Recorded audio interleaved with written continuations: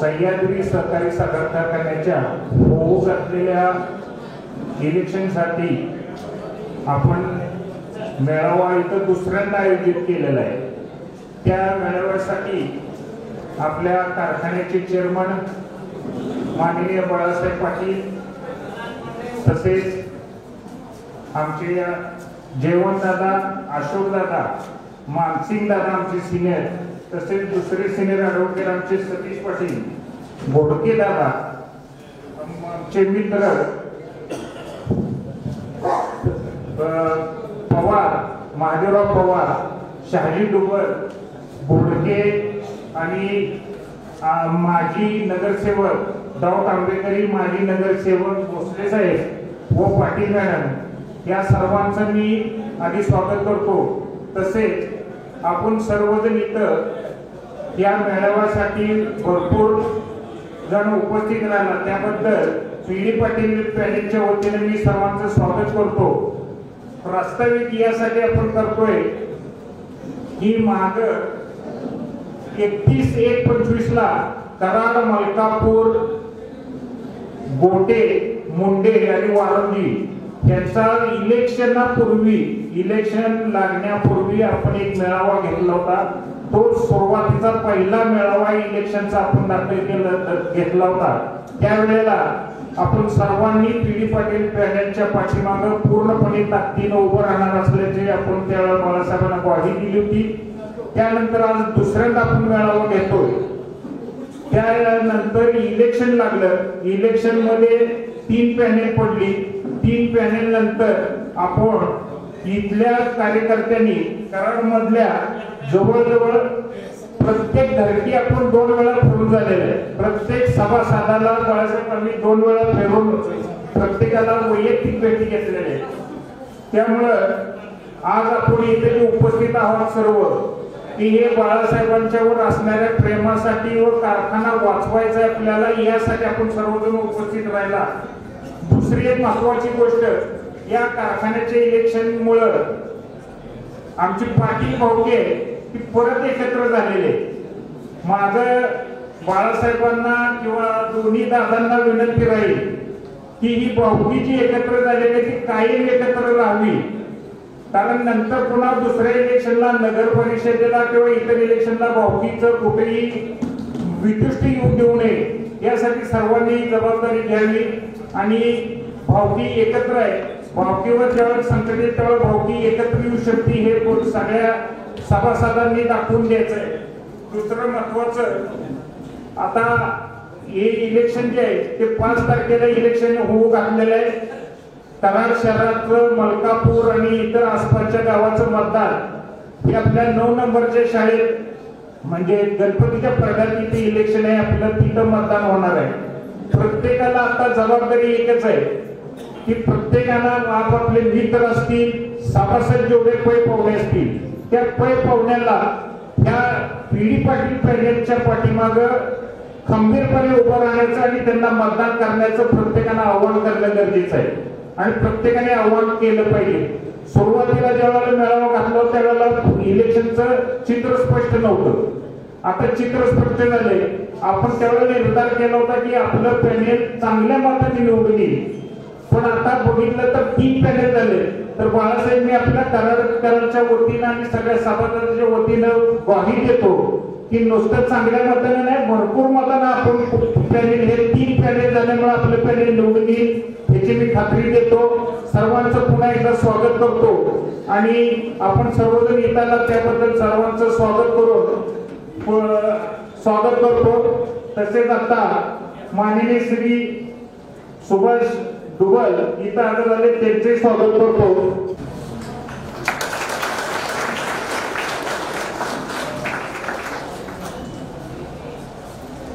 आपल्या वर्गीय पीडी पाटील पॅनेलचे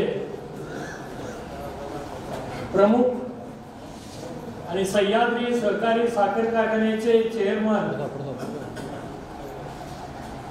माजी सहकार मंत्री माननीय बाळासाहेब पाटील, या मंचावर असलेले माझे सहकारी माननीय जयवंतराव पाटील, अशोकराव पाटील आणि या मंचावर असलेले सर्व सन्माननीय माझे सहकारी आणि प्रामुख्यानं आजच्या या कार्यक्रमासाठी सह्याद्री सहकारी साखर कारखान्याचे सन्माननीय कराड गटातील सर्व सन्माननीय सभासद बंधू आणि भगिनी,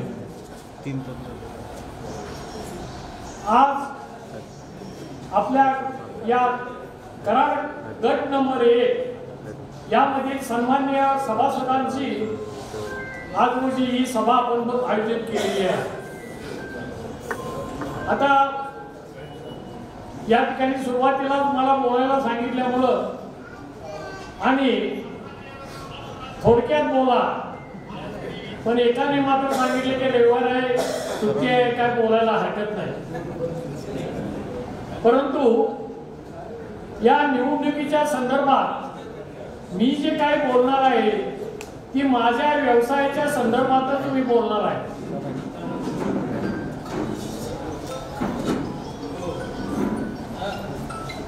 माझा व्यवसाय वकिली आहे हे आपल्या सर्वांना माहीत आहे आणि या कारखान्याचे कायदेशीर सल्लागार माझी नेमणूक माझी 35 वर्षापूर्वी स्वर्गीय पी.डी. पाटील यांनी केली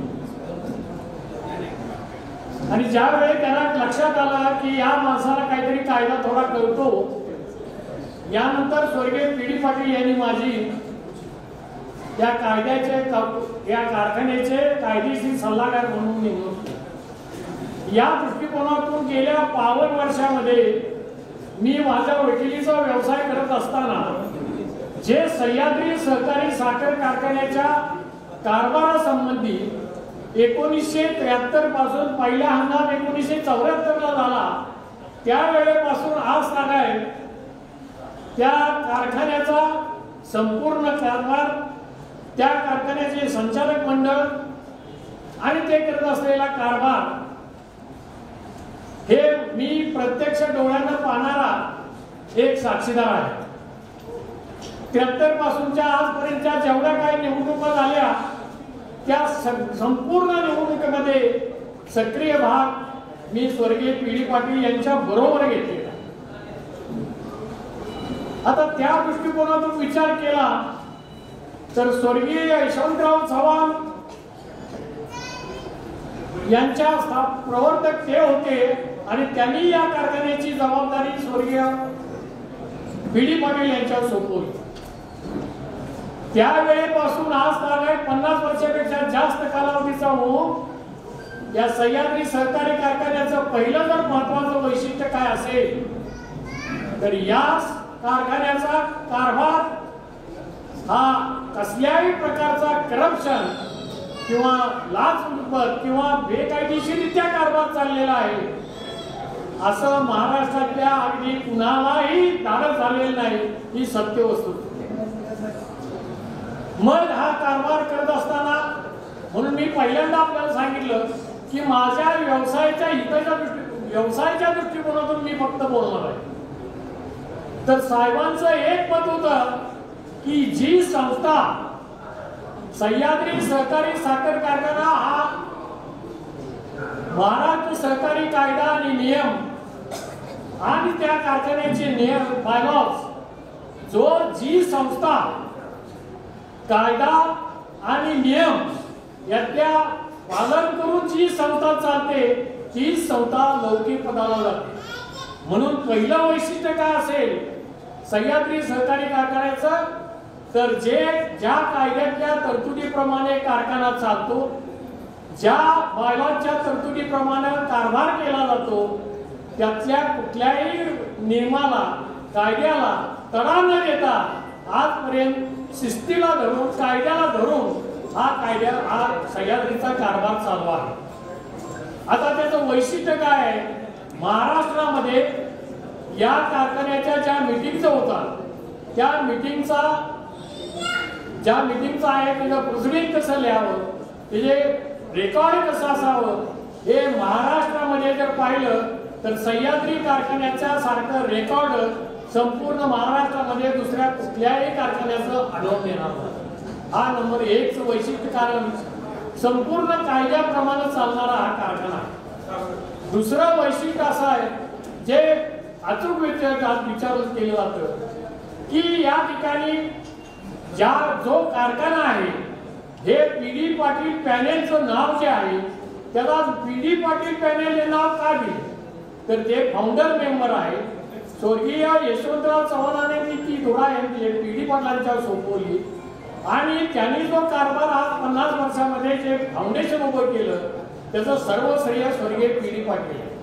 आणि स्वर्गीय पी.डी. पाटील काय म्हणायचे, हा कारखाना माझ्या सभासदांचा आहे, या कारखान्याचे मालक सभासद आहे, हा कारखाना माझा एकट्याचा संचालकांचा नसून हा सगळ्या 38,000 सभासदांचा आहे। आता या कारखान्याच्या स्वरूपात एक उदाहरण तुम्हाला सांगतो की कारखान्याच्या सभासदांना साहेब कसे आदर देत होते, रिस्पेक्ट देत होते। एक दिवस आम्ही मुंबईवरून कराडला येत होतो, 2 वाजताच्या सुमाराला, दुपारी 2 वाजण्याच्या सुमाराला उंबरत इथं आल्यानंतर साहेब म्हटले की एवढ्या लवकर घरी जाऊन काय करायचं, आपण कारखान्यावर जाऊया। मग कारखान्यावरून आम्ही गाडीने येत होतो। मधू ड्रायव्हर, मधू कांबळे आपल्याला माहित आहे, तो गाडीवर ड्रायव्हर होता। रस्त्यात उंबरवरून येत असताना रस्त्यात एक घोंगडा घेऊन एक साधारणतः 80 वयाचा मनुष्य हात वर करत होता। साहेब म्हटले मधू, अरे कोणतरी आपल्याला थांबा म्हणते, गाडी थांबवली। साहेबांनी त्याला गाडीत घेतला आणि कुठं जायचं आहे म्हणून विचारलं तर ते म्हणले मला शिरोड्याला जायचं।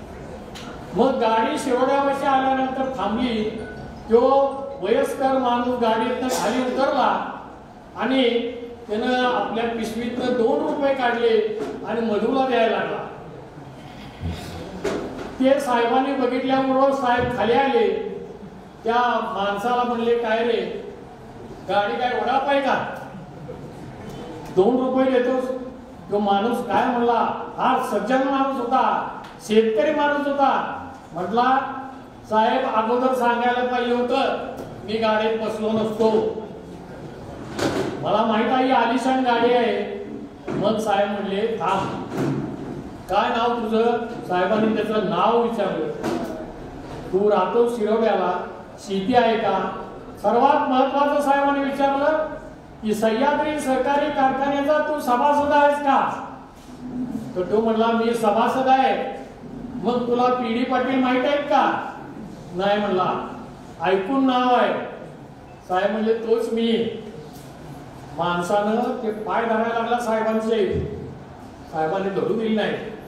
म्हणले तू 2 रुपये ज्या गाडीत बसलेला आहेस त्यासाठी मला 2 रुपये देतोस, तू सभासद आहेस, या गाडीचा मालक सुद्धा तूच आहेस। असं म्हणल्यावर अहो तो सभासदानं डोळ्यातनं अश्रू काढले। मला सांगायचा उद्देश येत आहे की स्वर्गीय पी.डी. पाटलांनी हा कारखाना सभासदांचा आहे आणि सभासद हेच ते मालक आहेत। या पॅनेलचा सुद्धा हे पॅनेल पी.डी. पाटील पॅनेल नव्हे, हे सभासदांचं पॅनेल आहे आणि स्वर्गीय पी.डी. पाटील यांनी योगदान दिल्यामुळं या पॅनेलला त्यांचं नाव दिलं। आणि असं प्रत्येक सभासदाला तळ हातावरच्या फोडासारखं जपणार हे नेतृत्व आपल्याला लाभलेलं होतं आणि बरोबर त्यांच्या पश्चात तोच आदर्श माननीय बाळासाहेब पाटील यांनी घेतलेला आहे। त्याच्यामध्ये कुठलीही कमतरता नाही, त्याच पद्धतीने त्यांनी आपला कारभार चालवलेला आहे। हा कुणीही त्यांच्याकडे बोट ठेवायला जाणार नाही। या कारखान्यामध्ये अपराधपर आहे, लाचलुचपत आहे, काटा मारला जातो, अंक केला जातो, असे एकही उदाहरण नाही। ज्या कुणी याने असे आरोप करण्याचा प्रयत्न केलेला आहे त्याला बाळासाहेबांनी कोर्टामध्ये खेचलेला आहे। कोर्टामध्ये केस करून सुद्धा धाडस नाही होत।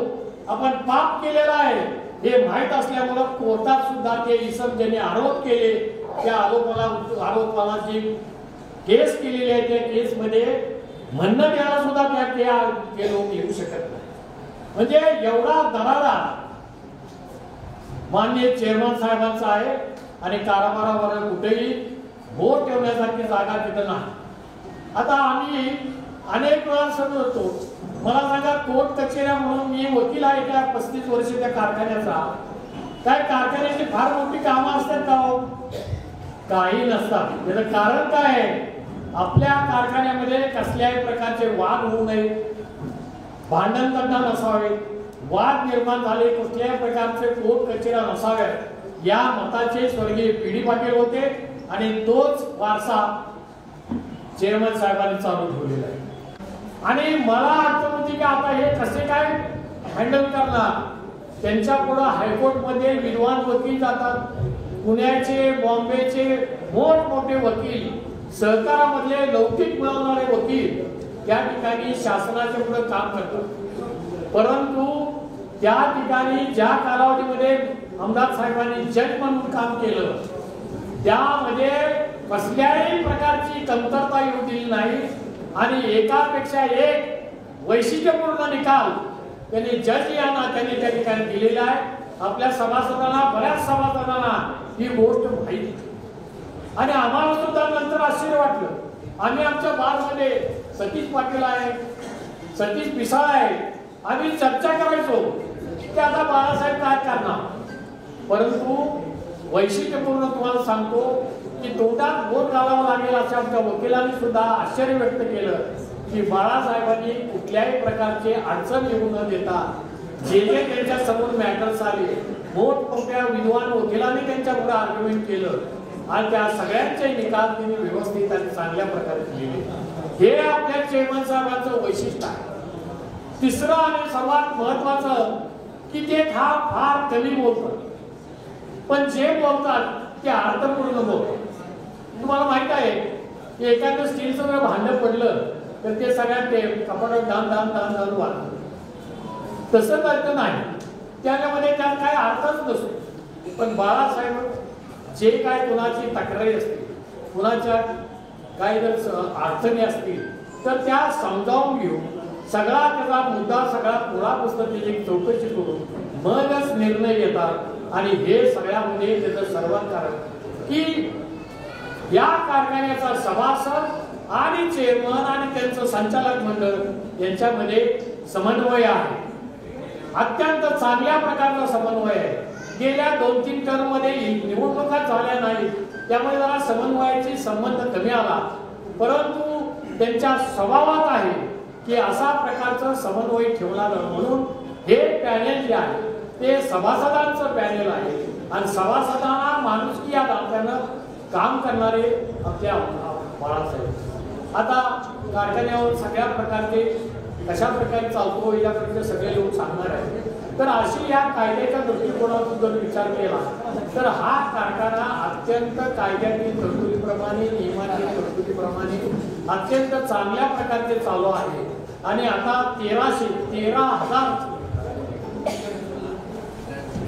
पर डे क्रशिंग होणार, त्यामुळे जी तक्रार आहे थोड्या बहुतची ती सुद्धा दूर होणार आहे. एवढं या कारखान्यासंबंधी कायद्याच्या दृष्टिकोनातून जे मला सांगता येईल तेवढं मी सांगितलेलं आहे. या दृष्टिकोनातून आपण सर्वांनी विचार करावा आणि पी.डी. पाटील पॅनेलला तारीख 5/4/2025 रोजी 21 उमेदवार आपले आहेत. 21 उमेदवारांची चिन्ह कपशी आहे. ज्या ज्या ठिकाणी कपशी दिसेल त्या त्या ठिकाणी शिक्का मारायचा आहे आणि 21 उमेदवारांना आपण सर्वांनी प्रचंड बहुमताने निवडून द्यावं अशी मी आपल्याला विनंती करतो आणि माझे 2 शब्द संपवतो. जय सन्माननीय व्यासपीठ,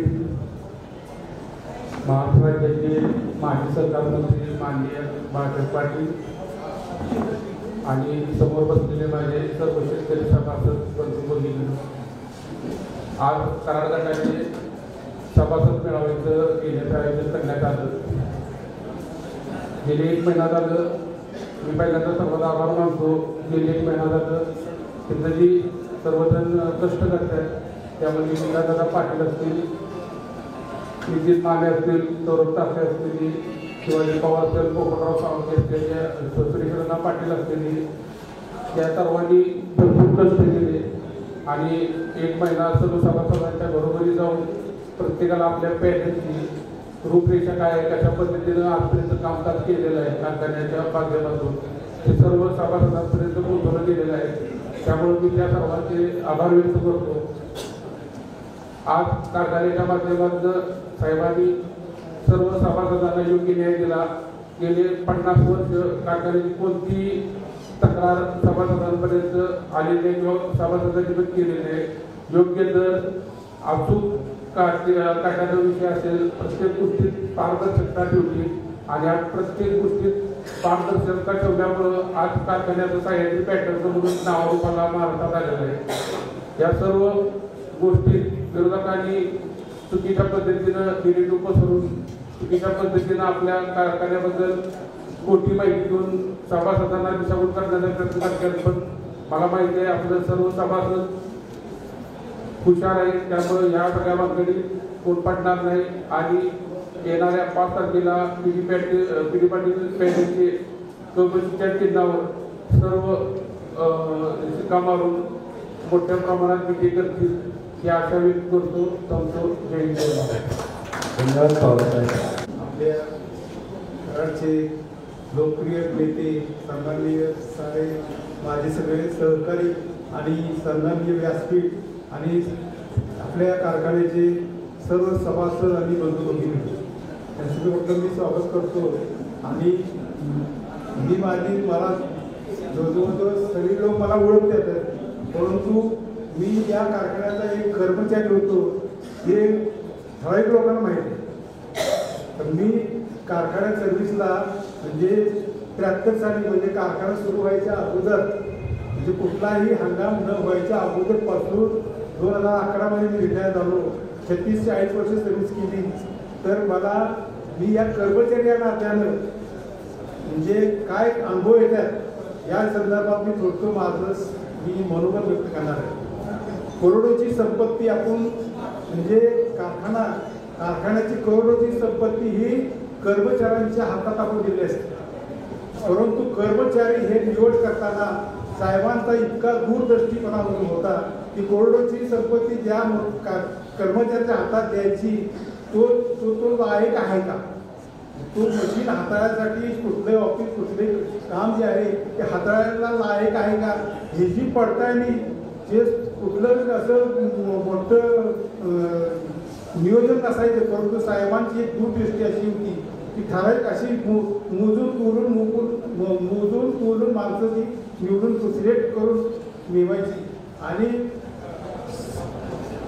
ते कर्मचारी साहेबांच्या विश्वासास पात्र राहून आपली जबाबदारी पूर्ण करायची. आता ह्या इलेक्शनमध्ये कर्मचाऱ्यांच्या विषयी जे बोलले जाते तर थोडक्यात मला काय सांगायचं आहे की ह्या सर्व्हिसमध्ये साहेबांची चेअरमनशिप म्हणजे मोदी साहेब म्हणजे आदरणीय पिढी पाटील साहेब यांची चेअरमनशिप बघितली, बाळासाहेबांची चेअरमनशिप बघितली, पण आमच्या या सर्व्हिसच्या पिरियडमध्ये 40 वर्षाच्या पिरियडमध्ये कुठल्याही कर्मचाऱ्याला अपमानास्पद वागणूक कधी दिली गेली नाही.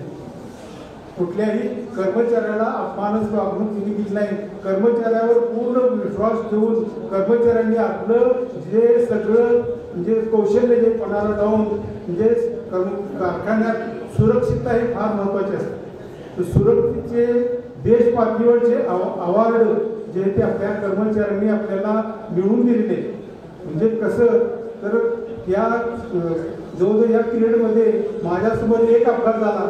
एक अपघात झाल्यानंतर त्या ज्या कर्मचाऱ्याच्या कुटुंबावर जो आघात आला तर तो आघाताला साहेबांनी म्हणजे ते तिथल्या ते सोडून दिलं नाही तर त्या कर्मचाऱ्याच्या वारसांना परत आणायला लावलं आणि परत म्हणजे भरलेली गेलेली जागा काय केली वारसाला दिली, बोलायला एका सर्व्हिसला आणायला लावलं. म्हणजे ही जी माणुसकीची वृत्ती जी आहे ती फार मोठी आहे. आज या कारखान्याचं वैभवाचा काल जो आहे तो असाच चालत राहणार आहे. म्हणजे 1250 वरून आता 10,000 कॅपॅसिटी पण आपण जो चाललेला आहे. तर ह्या कारखान्यावर कुठली कधी संकट आली नाही, येणार नाही.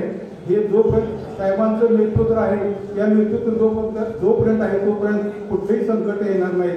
कारण या आपल्या 5 तालुक्यात साहेबांच्या विचारानं साहेबांना मानणारं जे नेतृत्व जे आहे, गावोगावचं जे सगळे आर्थिक सोसायट्या म्हणतो ना, कर्ज पुरवठा करणाऱ्या सोसायट्या, पाणी पुरवठा करणारे म्हणजे इरिगेशन आणि ग्रामपंचायती, कुठली किती संस्था मी तुम्हाला तुमच्याकडे सांगू, सगळ्या संस्था ज्या आहेत त्या सगळ्या संस्था साहेबांना मानणार आहे. कुठलंच ग्रामपंचायत किंवा सोसायटी बँक कुठली असू दे, ही साहेबांना मानणारे, साहेबांचं नेतृत्व मानणारे. हे असं का होतं की साहेबांना जो मानणारा जो विचार आहे, साहेबांना मानणारा जो गट आहे, तो जो गट जो खंबीर आहे, त्याला हे वाटतंय की आम्ही आमच्या भरोशाने आम्ही त्यांच्याकडे आम्ही सत्ता जी दिलेली आहे, जो कारखाना त्यांच्या ताब्यात दिलेला आहे तो व्यवस्थित चालवत आहे. आणि कर्मचारी तर आणखी बोलायला म्हटलं तर कधीही कर्मचाऱ्यांचे पगार थटले नाही, कधी कुठल्याही कर्मचाऱ्यांचे पगार थटले नाही. वेळच्या वेळेला पगार, जशी वेळच्या वेळेला बिलं होत आहेत, दिवसाची बिलं वेळच्या वेळेला होत आहेत, तशी कुठलीही टेंडर असते काही असते, म्हणजे कुठल्याही बिलाची अडकाठी येत नाही आणि वेळच्या वेळेला पेमेंट होऊन जातं. आणि ही जी आपला जो कारखाना आहे विकासाची गंगा आहे, विकासाचा एक मार्ग आहे. या विकासाच्या मार्गात जे काही अर्थ येत असतील तर आज मला तर आवडत आहे की मला थोडक्यात लोकांनी सांगितलं की बोलला तर मला माझंही थोडंसं मनोगत अशासाठी व्यक्त करतो की येणाऱ्या या निवडणुकीला आपण साहेबांच्या पाठीशी ठामपणे उभं राहून भरपूर मतांनी निवडून द्यायचं आहे. याच्या अगोदर काही अशी लाडकी बहीण लाडके वादळ असे येऊन गेले, पण आता आपण हे सभासद लाडके, साहेबांचे लाडके सभासद आहे, साहेबांचे लाडके सभासद आहे. तर आपण ही लाडकेपणा जो शब्दाचा वाक्प्रचार जो आला आहे त्या लाडक्यापण म्हणजे प्रेमातनं साहेबांच्या प्रेमासाठी आपण संपूर्ण जे आहे ते मतदान करायचं आहे. कबशीची चिन्ह आहे तर मतदान करताना बी गट वाईज मतदान करायला लागतं. आणि जे स्थिती राखीव असू दे, ओबीसी राखीव असू दे, वेगवेगळी मतपत्रिका असतील, वेगवेगळ्या मतपत्रिकेला दोन किंवा 3 असं जी समजून सांगतील येतील त्याप्रमाणे आपण करायचं, मतदान करायचं. थोडं मी माझं वाचून सांगतो. इथे जमलेले सर्व शेतकरी सभासद आणि आदरणीय व्यासपीठावरील माजी महाराष्ट्र राज्याचे माजी सहकार मंत्री आदरणीय बाळासाहेब पाटील, देवेंद्र पाटील, दादा अशोक पाटील आणि इतर व्यासपीठावरील मान्यवर यांना सर्वांना गुढीपाडव्याच्या पर्यंत मी शुभेच्छा देतो. इथं मी थोडक्यात माझं बोलणं आवडतो. इथं मी सर्वप्रथम एक खुलासा करावासं वाटतंय, कारण की आता काळाची गरज आहे असं वाटतंय. ॲक्च्युली यापूर्वी करणं गरजेचं नव्हतं, पण आता विरोधकांनी हा खुलासा करायला पाहिजे असं वैयक्तिक मला वाटतंय.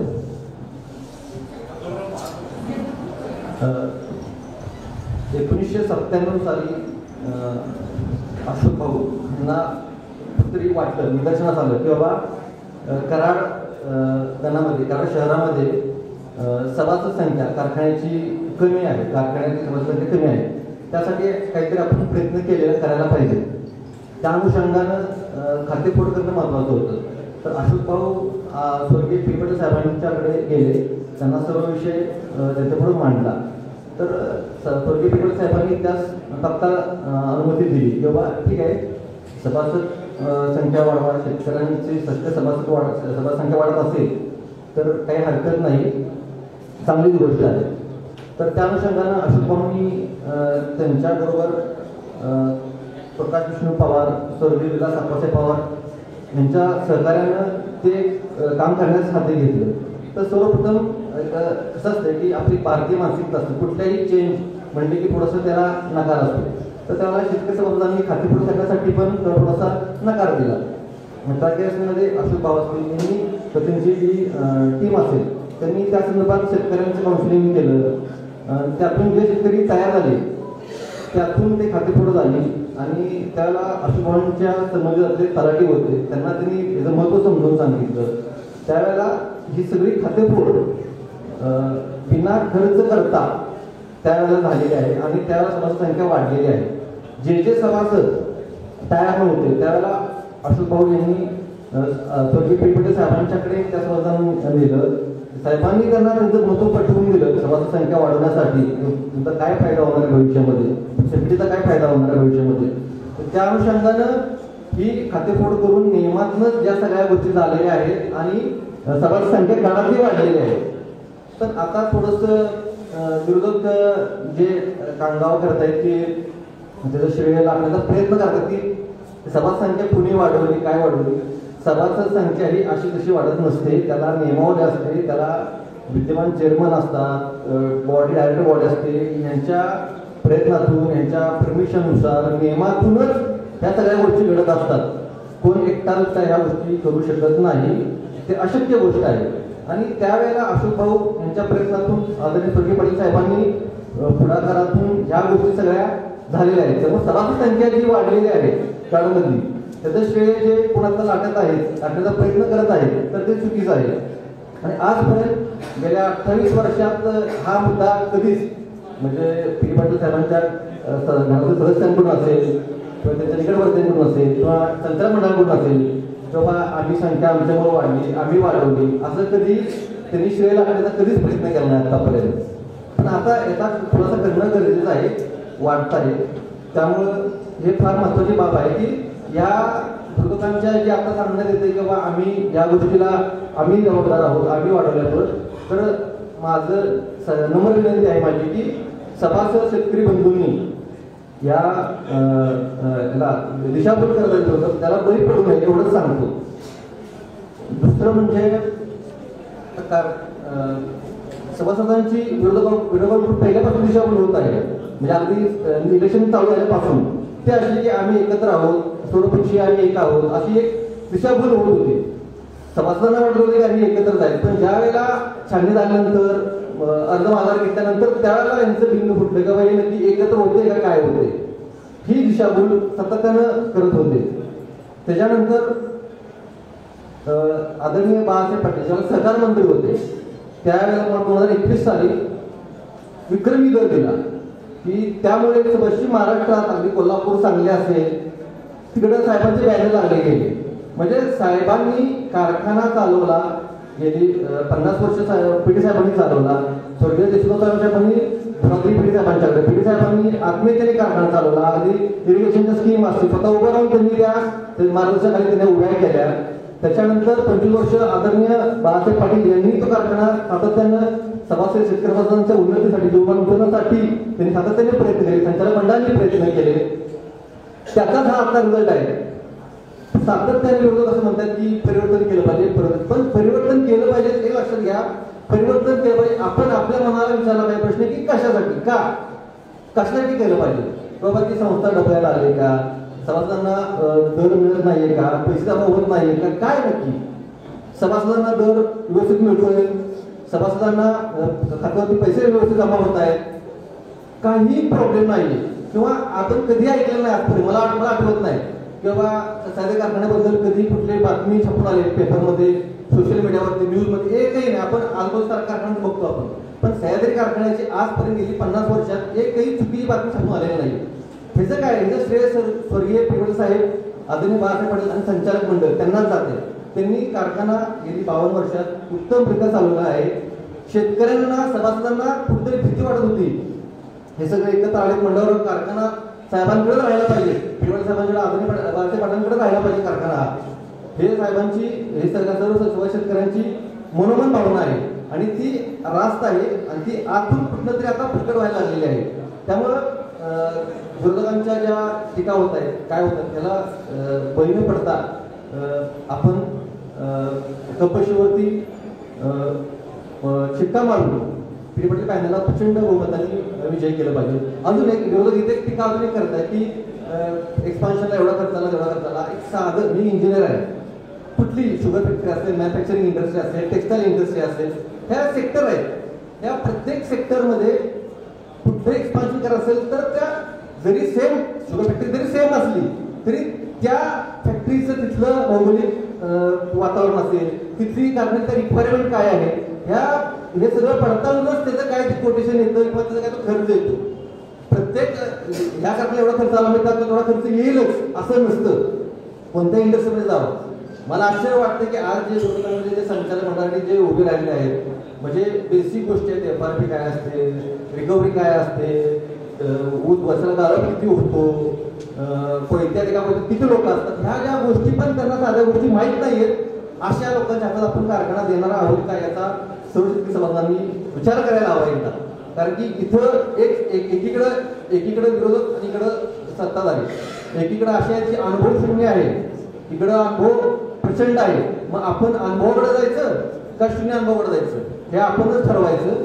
त्यामुळं मी आपणास सर्वशक्ती समाजांना आवाहन करतो, विनंती करतो की आदरणीय पी पाटील साहेब पॅनेलला प्रचंड बहुमतांनी विजयी करून कबशीच्यावरती शिक्का मारून आपण प्रचंड बहुमतांनी विजयी करा आणि आपला सार्थ विश्वास हा आदरणीय विद्यमान चेअरमन बाळासाहेब पाटील संचालक मंडळावर दाखवाल अशी मला आशा आहे. धन्यवाद. कराड शहर सह्याद्री पी पाटील पॅनेलचा संवाद मेळावा संपन्न होत आहे. प्रथमतः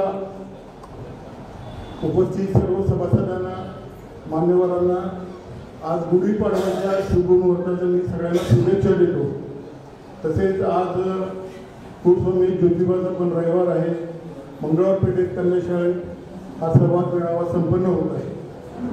या मेळाव्यासाठी अनेक दिवस झालं, म्हणजे फेऱ्या आपल्या कार्यकर्त्यांच्या सभासदांच्या घरी 2 वेळा झालेल्या आहेत. मी आज या ठिकाणी या कार्यक्रमास उपस्थित असलेले या पॅनेलचे मार्गदर्शक माजी सहकार व पणन पालकमंत्री माजी बाळासाहेब पाटील, तसेच व्यासपीठावरील सर्वच मान्यवर आणि महत्त्वाचे उपस्थित असलेले सर्व सभासद बंधू भगिनी व पत्रकार, आज या ठिकाणी हा कारखाना 52 वर्ष झालं सुरू आहे. 1952 साली स्वर्गीय यशवंतरावजी चव्हाण साहेबांनी संकल्पना मांडली आणि हा कारखाना सुरू झाला. यावेळी PD पाटील साहेबांना त्यावेळी त्यांचे सहकारी विश्वास होते, त्यांचे व त्यांच्या सहकाऱ्यांनी यावेळेला हा कारखाना उभारणी करण्यासाठी सर्व प्रयत्न केले आणि चांगल्या पद्धतीनं हा सह्याद्री कारखाना चालू लागला. सुरुवातीला 1250 टन गाळप झालं. त्याच्यानंतर वाढत आज 10 ते 12,000 पर्यंत आपला आकडा गेलेला आहे. म्हणजे आता कारखान्याचं काम एक्सपान्शनचं चालू आहे अंतिम टप्प्यात. परंतु हे काम विरोधक टीका करतात की इतके वर्ष झाले काय अजून झालं नाही. परंतु काम कायम व भरोश्याचं काम होणार आहे, त्यामुळे याला वेळ लागणार आहे. परंतु कायमचा हा विषय भेटणार आहे आणि ऊस वाढ जी होती आपली ती वेळेवर तोड होईल. कारखान्यामध्ये आलेल्या अनुभव संदर्भात कारखान्याचे ऊस लागण झाली की प्रोग्राममध्ये लगेच नोंद होते. तसेच ऊस तोड झाल्यानंतर वजनाच्या स्लिपा तुम्हाला मोबाईलवर लगेच मेसेज येतात आणि ऊस गेल्यानंतर वजन काटा सुद्धा तुम्हाला मोबाईलवर एवढं सुविधा ॲडव्हान्स टेक्नॉलॉजीप्रमाणे केलेले आहे. आणि कारखाने इतर जे आपण महाराष्ट्रातले बघतो त्यामध्ये पश्चिम महाराष्ट्रात सगळ्यात जास्त दर देणारा आपला सह्याद्री सहकारी साखर कारखाना आहे. चांगला दर आपल्याला 3204 दिला आहे, आणखी 50 देणार आहे. म्हणजे सर्व बाबतीत सर्वांनी विकास करण्यासाठी माननीय बाळासाहेब पाटील यांनी हा वारसा चालवलेला आहे. त्यांचे सर्व सहकारी संचालक कर्मचारी यांनी सहकार्य केलं. आज सुद्धा येत्या 5 तारखेला शनिवारी मतदान आहे. हे मतदान कराड शहराचं 9 नंबर शाळेत होणार आहे आणि सकाळी 8 ते 5 टायमिंग आहे. आणि त्यामध्ये आपण सर्वांनी सकाळपासूनच जे बाहेर असतील त्यांना आदल्या दिवशी बोलवून घ्या किंवा ज्यांना कुठं दुपारी बाहेर जायचं एकही मत राहता कामा नये. सर्वांनी कपशीच्या चिन्हावर शिक्का मारून आपले 21 उमेदवार आहेत. बाळासाहेब पाटलांनी उमेदवार जे घेतलेले 21 हे सर्व समतोल राखून सर्व समावेशक सर्वांना नवीन चेहऱ्यांना संधी दिलेली आहे. सर्व चांगले उमेदवार या ठिकाणी निवडलेले आहेत. आणि विशेष म्हणजे 107 उमेदवार जे डमी होते आपले, ज्या दिवशी अर्ज काढायला 21 तारखेला मुदत होती, एका तासात सगळ्यांनी अर्ज काढले. आणि ज्या लोकांनी अर्ज काढून निवड केलेल्या उमेदवारांना पाठिंबा दिला त्यांच्या आधी ह्या लोकांनी कामाला सुरुवात केली. म्हणजे असं एक खंबीर नेतृत्व विश्वास असलेलं अभ्यासू नेतृत्व आपलं बाळासाहेब पाटील त्यांच्याकडे आहे. सर्व संचालक जे निवडलेले ते चांगले आहेत, सर्व भागातले सर्व समावेशक आहेत. आणि दुसरी विषय म्हणजे विरोधकांना आपल्याबद्दल टीका करायला कुठलाच मुद्दा नाही आहे. टीका जरी केली तरी त्यामध्ये काय तथ्य नाही. त्यांना जर आपल्याला शिरका करून द्यायचं नाहीच, परंतु इथून पुढे जरी इलेक्शन झालं तरी तिकडे कारखान्याकडे तरी बघू नये. कारण आपण ठरवलं पाहिजे सभासदांनी की इतक्या चांगल्या पद्धतीने कारखाना चाललेला आहे आणि चालणार आहे, मग तुम्ही इकडे कशाला राजकीय अड्डा बनवण्यासाठी येत आहे? तुम्ही तुमच्या बघाने काय असेल ते तिकडे.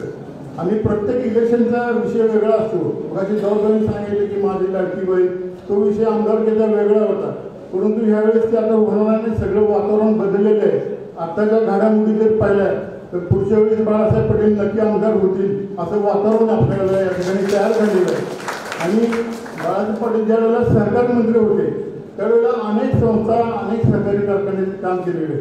शेवटी PD पाटील साहेबांनी एक वारसा दिलेला आहे. त्यांचे बंधू असतील, सर्व संचालक असतील, कर्मचारी असतील, सगळ्या शेतकऱ्यांना चांगल्या पद्धतीने न्याय मिळालेला आहे. आज मला आठवण येते, कराड नगरपालिकेचा विषय नाही आपण मुद्दा मांडतो. आम्ही नगरपालिकेला 20-25 वर्ष झाले बरेच सहकारी या ठिकाणी बसलेले. त्यावेळेला काम करताना 91ला मी होतो नगरसेवक, 85 नंतर 91 निवडून आलो. सगळे PD पाटील साहेब नगराध्यक्ष होते. स्टँडिंगचा विषय होता हद्दवाढीचा आणि पाणी कनेक्शन किती वाढत आहे ते आम्हाला सुभाष पाटील काका पण होते. आम्हाला काय झालं समजेना, म्हणजे काय लक्षात येईना काय करावं, शिव होते. तर साहेबांनी बोलवलं, सांगितलं की 50 वर्षात नंतर किती घरं वाढतील, किती वस्ती वाढेल, काय होईल हे त्यांनी त्यावेळेला सुचवलं होतं. म्हणजे एवढं भविष्याचा अभ्यास त्यांच्याकडे होता आणि त्या पद्धतीनं आम्हाला त्याचं मार्गदर्शन आजही आठवण येते. आजही आम्हाला साहेबांनी दिलेलं नगरपालिकेचं जी दिशा आहे त्या पद्धतीनं, आणि साहेब कधी सगळ्यांना विश्वासात नगरसेवक घेऊन जरी आम्ही नवीन असलो तरी आम्हाला समजावून सांगून आम्हाला एक दिशा दिलेली आहे. आपल्या नशिबानं आपले हे PD पाटलांचे आपण हे काम केलेलं आहे. महाराष्ट्र राज्यामध्ये 43 वर्ष नगरेश असलेले जिंकापूरमध्ये नोंद झालेले एकच PD पाटील आहे. तर त्यावेळेला हे नगरपालिकेनंतर आम्ही सह्याद्री कारखान्यामध्ये सुद्धा मी पहिल्यापासून आहे. मला आठवतं मी 1997ला जे असा विरोध झाला होता, परंतु त्या रहमतपूरला जाहीर सभा होती कारखान्याची.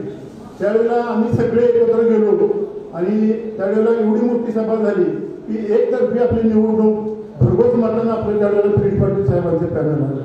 मानसिंगदादांनी मग अशी सांगितलं की PD पाटील आपण नाव का दिले, तर तिथलं नाव योग्यच आहे. PD पाटील हे आज ह्या कार्यक्षेत्रामध्ये 6 गटात मतदान आहे. 5 तालुके 191 खेडेगावामध्ये मतदान आहे. बाळासाहेब पाटलांनी मी नेहमी बघतो, व्हॉट्सअप असेल, परत फेसबुक असेल, इंस्टाग्राम असेल, पेपरमध्ये बघतो की 101 सभा तरी आत्तापर्यंत झाले असतील. आणि इतका अभ्यास करून हे केलेलं आहे की त्यांना त्यामध्ये PhD मिळालं पाहिजे असं मला वाटायला लागलं. कारण प्रत्येक गावात जाऊन त्यांनी सभासदांना कारखाना स्थापन झाल्यापासून आजपर्यंतचा रेकॉर्ड, किती वर्ष किती ऊस वाढत चालला आहे, काय अडचणी येतात, काय समस्या असतात, कशा सोडवल्या पाहिजे, हे अगदी व्यवस्थित अगदी खटाव तालुका असू दे, कडेगाव असू दे, ज्या त्या खेडेगावामध्ये चांगला त्यांना प्रतिसाद मिळत आहे. एक व्हॉट्सअपला परवा बातमी आली होती, तारगावची एक व्यक्ती, काहीतरी मोरे काहीतरी नाव आहे, 70-80 वर्षाची व्यक्ती आहे. मला वाटतं साहेबांनी त्यावेळेला त्या गावावर फार मोठी अडचणी संकट आलं होतं. PD पाटील साहेबांनी त्यावेळेला त्यांना मदत करून सगळी पाण्याची व्यवस्था केली. आज आपले हे कार्यक्षेत्र आहे, त्यात 32 ते 34 जलसिंचनच्या योजना सुरू आहे. अशा पद्धतीनं हे कामं चांगली चाललेली असताना विरोधकांना काही मुद्दा नाही आणि त्यांचा गोंधळ त्यांच्यापासून. तिसरा एकच मुद्दा म्हणून मी थांबतोय की परवा शुक्रवारी 5 वाजता ब्रिक्स हॉटेलवर आमची पृथ्वीराज चव्हाण बाबाला मानणारे सर्व कराड दक्षिण उत्तरमध्ये सह्याद्री कारखान्याच्या सभासदांचा मेळावा झाला. या मेळाव्यामध्ये आम्ही सर्व काँग्रेसचे पदाधिकारी, सर्व जवळजवळ 500 ते 700 सभासद उपस्थित होते आणि त्यामध्ये आमचा असा ठराव झाला. अगदी सर्व सभासद शेतकऱ्यांना विचारले प्रत्येक गावातल्या किंवा तुमचं काय मत आहे, सह्याद्रीची निवडणूक आहे, तुमचं काय मत आहे, तर प्रत्येकाने सांगितलं की आपण कारखाना जे चांगले चालवतात बाळासाहेब पाटील यांच्या पी.डी. पाटील पॅनलला कबशीला आपण सहकार्य करायचं आहे असं सगळ्यांनी सांगितल्यानंतर आम्ही तो एकमताने ठराव केला. ठराव केल्यानंतर म्हणजे त्यावेळेलाच वातावरण एकतर्फी झालं. एक ठराव करून पृथ्वीराज चव्हाण गटाचे जवळजवळ 90% कार्यकर्ते आज आपल्या बॅनरवर पृथ्वीराज चव्हाणचा फोटो आहे आणि आपण त्या पद्धतीने सगळे कार्यकर्ते आपल्या पृथ्वीराज चव्हाण सगळे या ठिकाणी कबशीच्या मागे आहे. मला आता एकच मुद्दा सांगायचा आहे, तो वादाचा आहे. विरोधी पॅनलमध्ये बाबाचा फोटो लावला जातो. आमचं आता त्याशी असं ठरलंय की यांचा काय पक्षाचा काय संबंध राहिलेला नाही. कराड उत्तरमध्ये 4-5 जणच हे उमेदवार असल्यामुळे लावतात, परंतु बाबाला आम्ही सांगणार आहे की यांना नैतिक अधिकार कुठलाच राहिलेला नाही. कारण का तर तुम्ही डायरेक्ट भाजपच्या लोकांवर पत्रकार परिषदेमध्ये त्यांच्या कमळाचं चिन्ह मागे पुढे पत्रकार परिषदेमध्ये काँग्रेसचे म्हणून बसतात. तिथे तुमचा विषय संपलेला आहे. त्यांचा आम्ही राजीनामा घेणार आहे आणि सगळी नवीन कमिटी करणार आहे. अशा पद्धतीनं सर्वीकडून आपल्याला या ठिकाणी पाठिंबा आहे. तरी पण आपण झाड राहायचं नाही. रात्र वेळेचे जरी वातावरण चांगलं असेल, त्यांची किती चॅलेंज झाली तरी आपल्याला सर्व कार्यकर्ते आपण एकत्र बसून मोर्चेवर जे मतदान होणार आहे शनिवारी, आपण आणखी सगळीकडे भेटीगाठी होणारच आहे. परंतु विरोधकांना त्यांच्या टीकेला उत्तर आपण असे द्यायचे की मतदान हे कबशीच्या चिन्हावर सगळ्यांनी 21 चिन्ह हे करून बॅलेट पेपरवर आहे. आता काय मशीनचा काय विषय नाही, त्यामुळे गोंधळ काय नाही. त्यामुळे सगळं आपलं बॅलेट पेपर होणार आहे. मतदान टक्केवारी आपली वाढवायची. आपण आपल्या कराड शहरात आपण काय ज्या त्या भागाने मतदान आणून कराड शहरामधील रेकॉर्ड ब्रेक मतदान टक्केवारी आपण करू आणि जास्तीत जास्त मतदान आपल्या कबशीला सगळ्यांनी आपण करून चांगल्या मतानं पी.डी. पाटील पॅनेल भरघोस मताने निवडून येणारच. 1,00,000% 100% म्हणतात सगळे, पण मी 1,00,000% म्हणतो. 1,00,000% पाहिजे पॅनेल येणार आहे. फक्त कुठल्या चर्चेला अफवेला बळी पडू नका एवढंच मी या ठिकाणी सांगतोय. आणि पुन्हा एकदा सर्वांचे आभार मानून मी माझे 2 शब्द संपवतो. जय हिंद, जय महाराष्ट्र. आज या ठिकाणी सह्याद्री सहकारी साखर कारखान्याचे इलेक्शन होऊ घातलेल्या दिनांक 5 तारखेला कराड सिटीतला सर्व सभासद मेळावा संपन्न झाला. त्या मेळाव्याला उपस्थित असलेले सह्याद्री सहकारी साखर कारखान्याचे चेअरमन बाळासाहेब पाटील, मानशीराव पाटील, ॲडव्होकेट सतीशराव पाटील,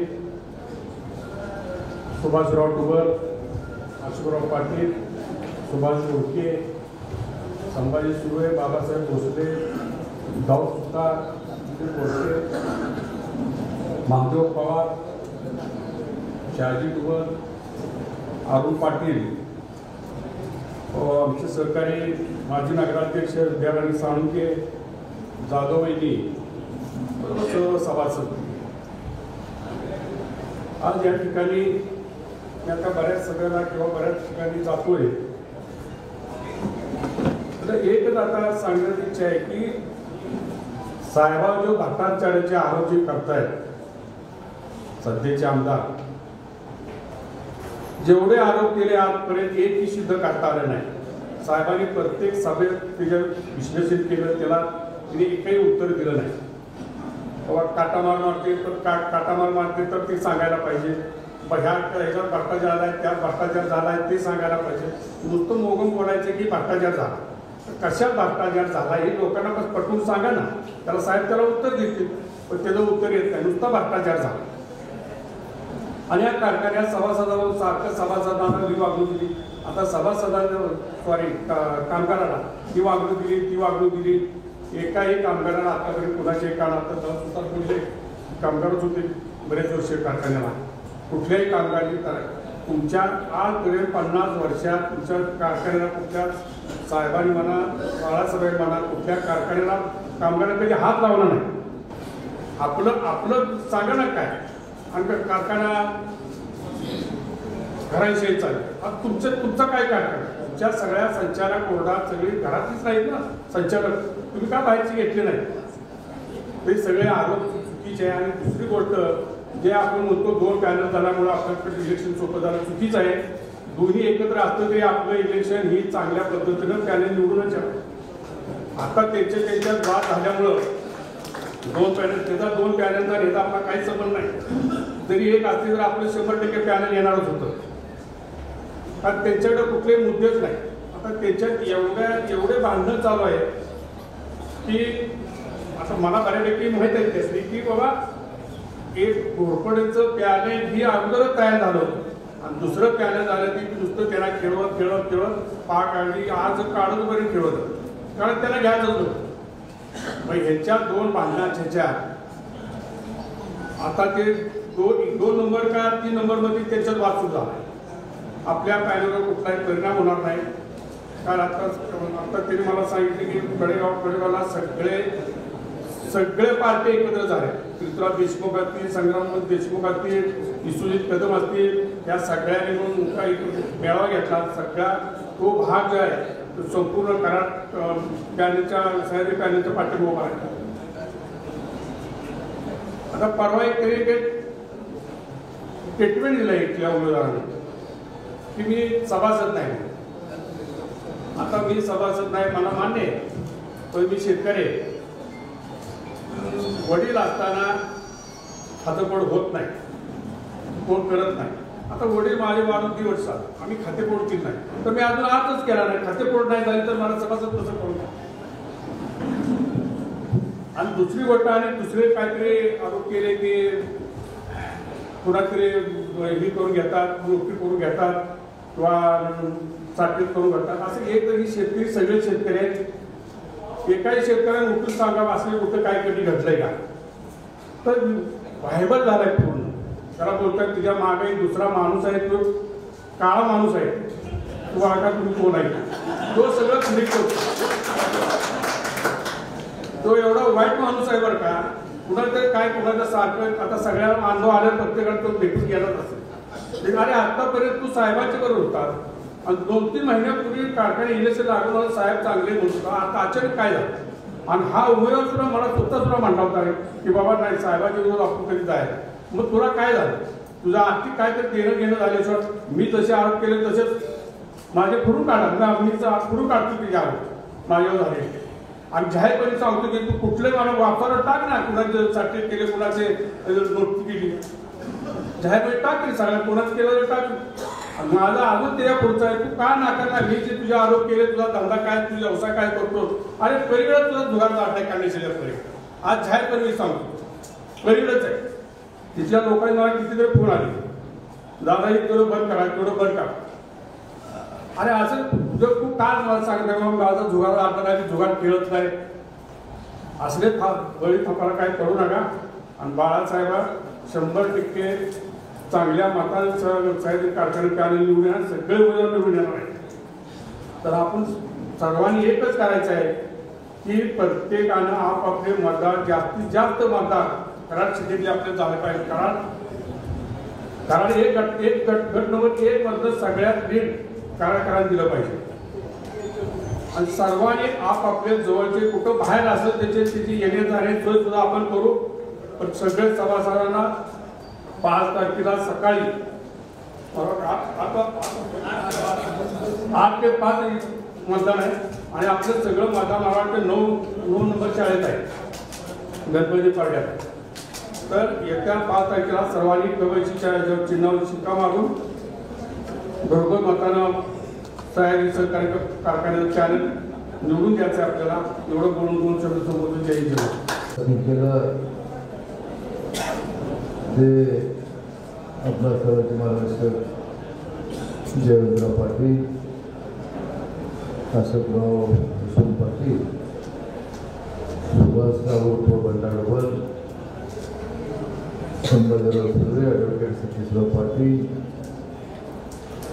अनंतराव पवार यांनी प्रस्ताव केलेले ॲडव्होकेट मानसिंगराव पाटील, महादेवराव पवार, भास्करराव कुलकर्णी, त्याच पद्धतीनं संभाजीराव ढोबल बापू, सुभाषराव भोडके नाना, माजी नगरसेवक गावराव सुतार, ॲडव्होकेट सतीशराव पिसाळ आप या पक्षाचे अध्यक्ष आपले ॲडव्होकेट जाधव, जगन्नाथ माने अप्पा, चंद्रकांत जाधव, बाबासाहेब भोसले, सुरेश पवार, शालजी दुबा, नंदकुमार पटाणे, पोपटराव सोळंके, सुहास पवार, बंडोबा बजावकर, अरुणराव शंकर पाटील, राजेंद्र दुबल, वसंतराव पाटील गोळेश्वरकर, शिवाजीराव कदम अप्पा, प्रमोद वेर्लेकर, मारुती घोरपडे, शिवाजीराव पांडुरंग पवार, आमिर मुल्ला, शामराव शिंगण भाऊ, प्रमोद पवार, सुभाष जगताप, विकास आनंदराव पाटील, चंद्रकांत कदम, दिलीप मोहनराव पाटील, ॲडव्होकेट विद्याधर साळुंके,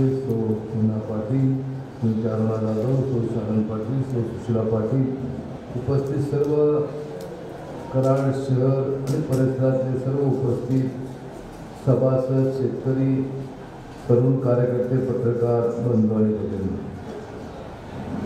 आपल्या कारखान्याची येत्या 5 एप्रिल रोजी मतदान होते आणि त्या निमित्ताने इथं आपण ही आज गुढीपाडव्याच्या शुभमुहूर्तावर इथे बैठक आयोजित. याचा उल्लेख ॲडव्होकेट सतीश पिसाने केला की 31 जानेवारीला आपण सुरुवातीला एक मेळावा घेतला आणि नंतरच्या काळामध्ये गावोगावी प्रचार करायला सुरुवात झाली. आज होणाऱ्या पाडव्याच्या उद्या येणाऱ्या ईदच्या सर्वांना मी अतिशय मनापासून शुभेच्छा देतो. या निवडणुकीच्या निमित्तानं मी कराड गटामधून उमेदवार उभा आहे आणि आपल्या सर्वांच्या सहकार्यातून पिढी पाडवी पाहण्याचा प्रमुख या नात्याने काम करतो. मला उमेदवार या नात्यानं आपल्या सर्वांना भेटणं हे क्रमप्राप्त आहे. खरं तर घरोघरी किंवा आपापल्या वॉर्डामधून भेटणं अपेक्षित आहे, परंतु आपलं कार्यक्षेत्र फार मोठं आहे. 191 गावाचं कार्यक्षेत्र आहे आणि 5 तालुक्यामध्ये हे सर्व पसरलेलं कार्यक्षेत्र आहे आणि त्यामुळं थोडंसं एकत्र आपल्याला बोलावं लागलं तरीसुद्धा आपण वर्षाचा हा सण असताना मोठ्या संख्येनं आला त्याबद्दल आपल्याला सर्वांना अतिशय मनापासून धन्यवाद द्यायला करायचं. आपल्या सर्वांना कल्पना आहे की आपल्या सह्याद्री कारखान्याची स्थापना ही आदरणीय यशवंतराव चव्हाण साहेबांच्या विचारातून झाली आणि त्या काळामध्ये कराड दक्षिणमध्ये कारखाना होता, कराड उत्तरमध्ये असावा अशी अनेकांची मागणी होती. कराडचं आणि सह्याद्री कारखान्याचं एक आगळेवेगळं नातं आहे. कारण मूळ पहिली जी सभा झाली की ज्या सभेमध्ये संचालक मंडळ निवडण्यात आलं ती सभा कराड नगरपालिकेच्या आतल्या व्यासपीठावर झाली आणि त्या सभेचे अध्यक्ष होते दादासाहेब जगताप साहेब होते आणि सर्वानुमते आदरणीय पी.डी. पाटील साहेबांची या संचालक मंडळामध्ये प्रमुख या नात्याने निवड झाली आणि मग तेव्हापासून आपल्या कारखान्याच्या शेअर विक्री इतर कामाला सुरुवात झाली.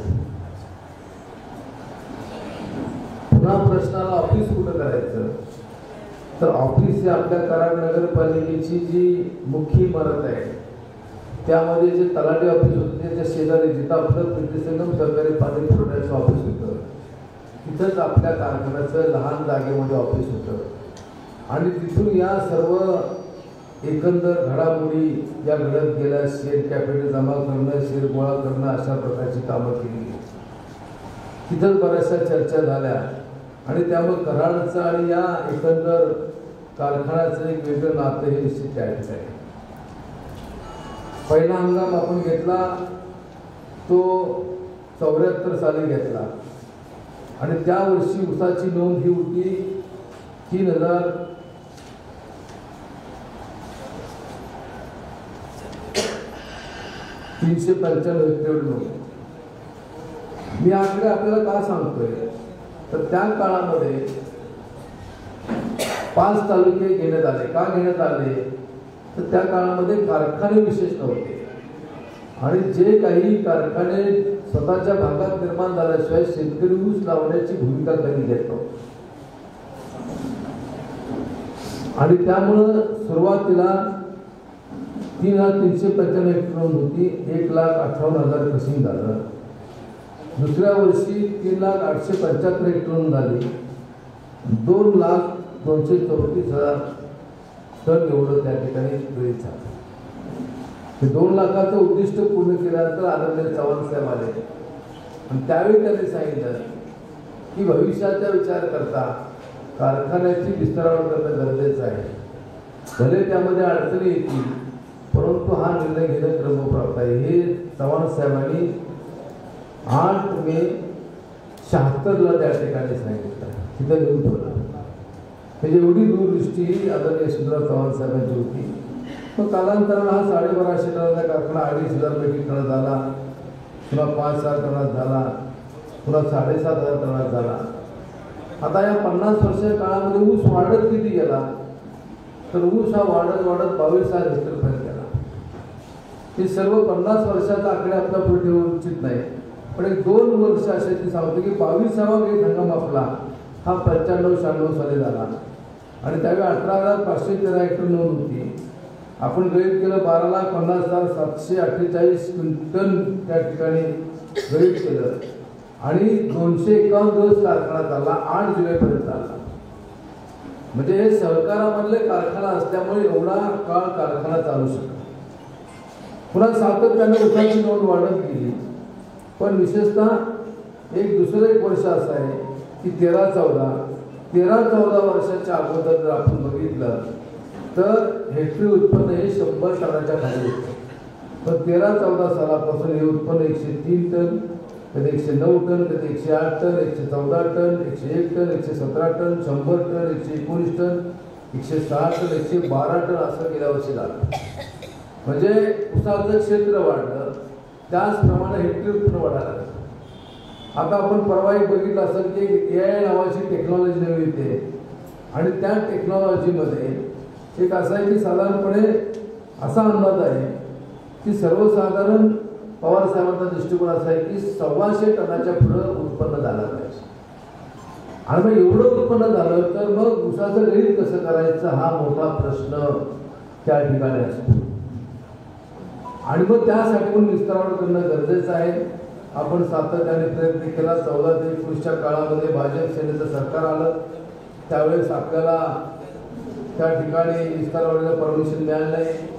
19 साली विशेषतः मला आमदार म्हणून पुन्हा संधी मिळाली. आदरणीय पवार साहेबांनी माझ्यावर या राज्याचं सहकार व पणन आणि जिल्ह्याचे पालकमंत्री म्हणून जबाबदारी दिली आणि ती जबाबदारी दिल्यानंतर मग आपल्या कारखान्याच्या विस्तार वाढीच्या फाईलवर मी स्वतः सही केली आणि मग टप्प्याटप्प्याने कामकाज सुरू झालं. आपण एक DPR तयार केला, म्हणजे प्लॅन एस्टिमेट तयार केलं आणि ते तयार केल्यानंतर तिथं ज्यावेळेस आपण स्टेट लेवल परचेस कमिटी म्हणजे राज्यस्तरीय एक कमिटी असते. आता अनेक लोकांना हे माहीत नाही की एखाद्या कारखान्याची विस्तार करायची असेल तर त्यासाठी त्या कारखान्याच्या कार्यक्षेत्रामध्ये ऊसाची उपलब्धता ही लागते आणि स्वतःची लागते. असं रेकॉर्ड दाखवता येत आहे की 50 किलोमीटर मला ऊस येणार आहे, तिकडून ऊस येणार आहे असं त्या ठिकाणी नसतं. स्वतःच्या कार्यक्षेत्रामध्ये ऊसाची उपलब्धता, त्या कारखान्याची आर्थिक शिस्त, त्याचप्रमाणे त्या कारखान्याच्या संचालक मंडळामध्ये घेतलेलं कर्ज फेडण्याची पत आहे का हे पाहिलं जातं आणि मग विस्तार वाढीचा निर्णय होतो. हा असा उगीच सहजासहजी त्या ठिकाणी होत नाही आणि सर्व आर्थिक निकषामध्ये आपण असल्यामुळे आपल्याला परमिशन मिळाली. रशियाने युक्रेनचं युद्ध आलं आणि त्यामध्ये स्टीलचे दर वाढले, मग आपल्याला DPR बदलावं लागला, प्लॅन एस्टिमेट बदलावं लागलं आणि ते बदलून पुन्हा आपण स्टेट लेवल परचेस कमिटी किंवा राज्यस्तरीय कमिटीकडे गेलो आणि मग तिथं हा निर्णय घेण्यात आला. दुर्दैवानं आपण जर बघितलं तर दुर्दैवानं असं घडलं की 23 रोजी एक मोठं वादळ झालं आणि नेमकं ते कारखान्याच्या एका विशिष्ट भागामध्ये झालं. पूर्वेकडून वादळ आलं आणि साधारणपणे जे स्ट्रक्चर उभं केलं होतं, शेड उभं केलं होतं, ते शेड त्या ठिकाणी जवळजवळ 20% शेड त्या ठिकाणी कोल्यात झालं आणि मग अशा परिस्थितीमध्ये अनेक सेंटरवर मात करून आपण यावर्षी ते काम अंतिम टप्प्यामध्ये नेलं. बॉयलरचं ट्रायल त्या ठिकाणी घेण्यात आली त्यामध्ये एक लहानसा अपघात झाला हे त्यानंतर मी सांगतो. आता मी तुम्हाला, आपण कराडकर आहात, सर्व जाणकार आहात, सुज्ञ आहात.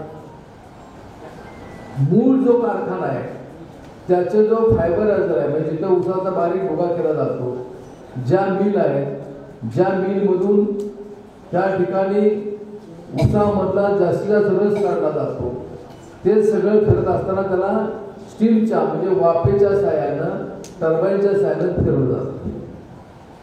आणि मग त्यामध्ये काय होतं की त्यामध्ये त्याची इफिशियन्सी कमी असते, मोडतोड जास्त होते. ही पूर्वीची टेक्नॉलॉजी आहे. परंतु अलीकडच्या काळामध्ये आपण बघितलं की 10-12 वर्षामध्ये तर अनेक कारखाने हे मोठा बॉयलर घेतात, त्याच्या माध्यमातून मोठ्या प्रमाणामध्ये वीज तयार केली जाते टर्बाईनच्या साह्याने आणि त्या विजेच्या आधारे हे फायबरायझर आणि या मिल फिरवलं जातं. मग आता आपला जो फायबरायझर आहे तो त्याला 1500 HP 2 मोटर 2 बाजूला आहेत, तो फिरवला जाईल आणि तो फिरवल्यानंतर त्याचा उसाचा बारीक भुगा होईल. नंतर 5 मिल आहेत, त्या 5ही मिलमध्ये तिथं आपण इलेक्ट्रिक ड्राईव्ह घेतला म्हणजे इलेक्ट्रिक मोटर आहे आणि त्यामुळं कमी मोडतोड होऊन किंवा नुकसान न होता आवाज कमी होऊन ऊसामधली जास्तीत जास्त रस हा त्या ठिकाणी काढला जाईल. अतिशय स्मूथपणे त्या ठिकाणी ते काम चालणार आहे आणि त्यामुळं गळीत चांगलं होणार आहे. पुढं शेजारी बाउलिंग हाऊस आहे ते आधुनिक आहे, तिथं नवीन टेक्नॉलॉजीचा वापर केलेला आहे. नंतर शुगर ग्रेडर आहे आणि हा पूर्ण नवीन प्लॅन्ट आहे. जुना जो आपला प्लॅन्ट आहे तो 2,500 टनाचा एक प्लॅन्ट आहे आणि दुसरा जो 5,000चा होता तो आपण 7,000 टनापर्यंत केलेला आहे. आणि मग 2,500चा प्लॅन्ट जो आहे तो 74 सालचा तो आपण बंद ठेवणार आहोत, त्याचे बॉयलर बंद ठेवणार आहोत. आणि शेजारी जो आपण 95-96 जो 5,000 टनाचा टाकला तो 7,000-7,500 चालतो तो प्लॅन्ट, तो बॉयलर चालू ठेवणार आणि हा नवीन प्लॅन्ट आपण चालू करणार आहे. आपल्याला आता कृषी लायसन आपण घेतले 11,000 टनाचे घेतले आहे. आज सगळ्यात मोठा प्रश्न काय, मी जवळजवळ 80-85 गावामध्ये भेट दिल्या. आता अलीकडच्या काळामध्ये सभेत बोलतोय, पण त्याच्या अगोदर प्रत्येक गावामध्ये जाऊन लोकांना आवाहन केलं की आपले प्रश्न काय ते सांगा. तर 99% प्रश्न हे आहेत की आमचा ऊस लवकर झाला नाही आणि मग त्याला उपाय केला. शेवटी हा प्रश्न काय निवड सह्याद्री कारखान्याचा नाही, हा अजिंक्यतारा कारखान्याचा प्रश्न आहे, किसनवीर कारखान्याचा प्रश्न आहे, राजाराम बापू सहकारी कारखान्याचा प्रश्न आहे. त्याचप्रमाणे आपण पहिलं वारणा सहकारी कारखान्याचा प्रश्न आहे, कृष्णा सहकारी कारखान्याचा प्रश्न आहे. कारण अलीकडच्या काळात आपण बघतो पूर्वीचे शेतकऱ्यांना आठवत असेल की अडसाळी लागवड करायची म्हणजे फार कसरत व्हायची. पावसाळ्यामध्ये लागण करायची आणि ती लागण तिथं करत असताना तिथं मग पाऊस पडला तर लागण बऱ्याच ठिकाणी डोळे उभायचे नाही आणि मग हे अडसाळीची झंझट नको म्हणून शेतकरी लागण करत होते. पण अलीकडे शिवारामध्ये बऱ्याच शिवारामध्ये बऱ्यापैकी रस्ते झालेले आहेत, त्याचप्रमाणे पाणंद रस्ते झालेले आहेत आणि ऊसाची 3 डोळ्याची कांडी लावण्यापेक्षा रोप वाटिकेमध्ये रोपं आणायची लागण करण्याचा ट्रेंड हा वाढलेला आहे. आणि मग आपण एखाद्या नर्सरीवाल्याला फोन करतो की बाबा असं असं तुमच्या रोप आहेत काय 86 रुपये तो संपा आहे, किती एकरासाठी पाहिजे, आपण सांगतो 1 एकर 1.5 एकर 2 एकर काय असेल ते, पण केव्हा पाहिजे. आणि मग ती तारीख आपण सांगितलं तो म्हणतो की मी तुम्हाला लावून द्यायची व्यवस्था करू. आणि त्यामुळे साधारणपणे आज आपण बघितलं की 7,500 हेक्टरच्या दरम्यान 1 ते 15 जून पर्यंतची लागवड होती. काही लोक तर मे मध्ये लावतात पण तारीख जूनची त्या ठिकाणी घेतात आणि त्यामुळं अडचणीचा प्रश्न मोठा उभा राहिलेला आहे आणि त्याला पर्याय म्हणून आपली विस्तार वाढ करणं हे क्रमप्राप्त होतं. त्यासाठी आपण हा निर्णय घेतला. थोडा उशीर झाला गोष्ट आहे. आपण जरी 11,000 टनाचं लायसन घेतलं असेल तर त्याच्या 110% म्हणजे साधारणपणे 12,000 टनाचं गळीत चाललं पाहिजे आणि तेवढं गळीत चालण्यासाठी 13,500 टन ऊसाचं गळीत केलं पाहिजे. अशा प्रकारची व्यवस्था ही आपण करणार आहोत. आणि त्याचप्रमाणे आपण जे पोल्युशनचं जे लायसन असतं म्हणजे प्रदूषणाचं जे लायसन असतं ते आपण 13,200 टनाचं घेतलेलं आहे. म्हणजे अगोदर प्रोजन केलं आहे की भविष्यामध्ये ऊस जेवढा वाढेल तेवढ्या प्रमाणामध्ये त्याची त्या ठिकाणी खरेदी करण्याची आपण त्या ठिकाणी व्यवस्थाही केलेली आहे. त्याच पद्धतीने आपण उच्च दराची परंपरा कायम ठेवलेली आहे, आपण सर्व जाणता. त्याच पद्धतीने वजन काठे आपल्या अचूक आहेत. मध्यंतरी साखर मोठ्या प्रमाणामध्ये शिल्लक ठेवली, आपण आपल्यावर टीका झाली, पण ती साखर विकल्यानंतर आपल्याला एवढा प्रचंड दर दिला की त्यावेळेस 2829 रुपये हा ॲव्हरेज महाराष्ट्रात दर होता. अशा वेळेला 3260 एवढा दर आपण त्या ठिकाणी दिला. आपली मूळची डिस्टरी आहे जे 50,000 लिटरचे ते पूर्वी केव्हाच कर्जमुक्त झालेले आहे. नवीन केंद्र सरकारने त्या ठिकाणी एक योजना आणली की ज्यांना त्या ठिकाणी इथेनॉल तयार करायचं आहे त्यांनी जर इथेनॉल तयार केलं तर त्यासाठी असलेलं जे व्याज आहे त्या व्याजामधलं निम्म व्याज हे केंद्र सरकार सहन करेल आणि निम्म व्याज राज्य सरकार निम्म व्याज कारखान्याने सहन करायचं. आणि त्याप्रमाणे 1 लाख लिटरचा इथेनॉलचा प्रकल्प आपण टाकला.